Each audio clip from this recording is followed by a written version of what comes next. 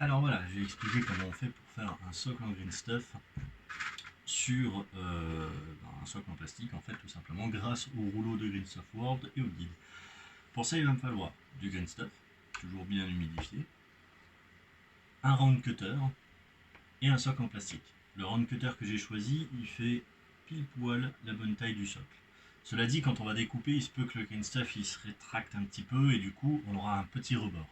C'est pas grave parce qu'un petit rebord ça fait propre un petit peu comme on peut le voir sur les socles là. Ici on avait tout le tour, si jamais je prends le round cutter que j'ai utilisé c'était celui-là, il n'y a pas plus grand. Et du coup, hop, ça fait pile poil la taille qu'on peut voir sur la découpe. Et pourtant, même si jamais il y a un rebord, ça reste très propre. Pourquoi? Parce que même sur les socles de présentation, on a toujours une texture dessus qui ne fait pas la même taille que le socle. Le socle c'est le socle, le décor c'est le décor. Ensuite, il va me falloir un rouleau avec deux guides. Normalement, il y a tout un ensemble de guides disponibles sur Green Stuff World d'une taille différente, mais moi j'ai pris les plus petits sur le rouleau blanc. Et on va l'utiliser pour étaler le Green Stuff. Pour ce faire, je le mouille. Je trempe le Green Stuff et je trempe le plan de travail. Sinon, ça va coller au plan de travail et ça va être la galère. Et j'écrase.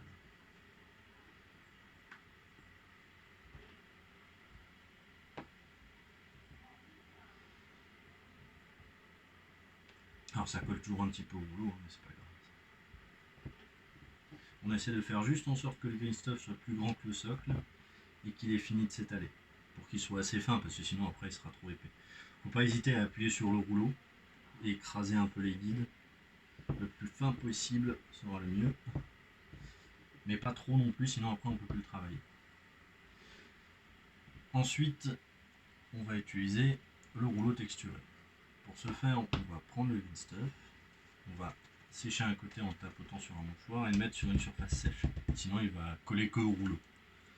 Et on va bien tremper le rouleau et on va bien tremper le dessus du green stuff.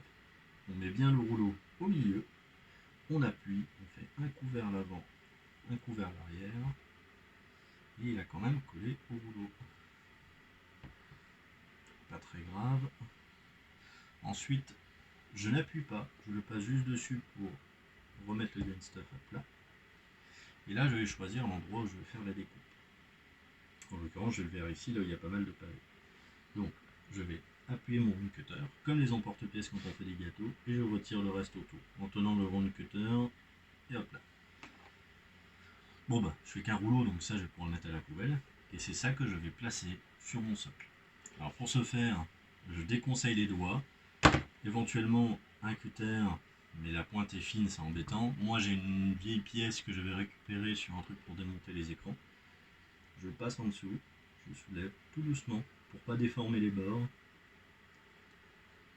Hop là, comme une pelle à tarte. Et je vais le placer.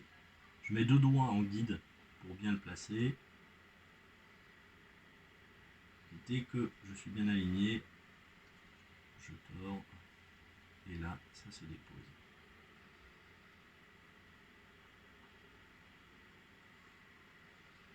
Je vais pousser un tout petit peu mon green stuff sur les bords. Très très léger. C'est juste pour qu'il y ait vraiment un mini rebord, même pas d'1 millimètre. Comme ça, ça ressemblera aux autres socles que j'ai fait. Alors ça, c'est pas une étape nécessaire. Hop là. Là, je vois bien, j'ai un très très léger rebord partout autour, mais pas ici. Surtout, il ne faut pas mettre les doigts dessus, parce que c'est le meilleur moyen de faire des traces de doigts sur le green stuff. Je sais qu'il y a une petite astuce, si jamais on rajoute du talc dans le green stuff, il prend un peu moins les traces de doigts, néanmoins, il les prend quand même. Une fois que ça c'est fait, je reprends le rouleau là, que je retrempe, pour pas me faire avoir, et je le fais rouler tout seul dessus. Je n'appuie pas. C'est juste pour que le green stuff soit bien à plat sur le socle. Et voilà. Normalement, il va coller tout seul au socle. Et puis d'ici demain, ou après-demain, pour plus de sûreté, ce sera bon.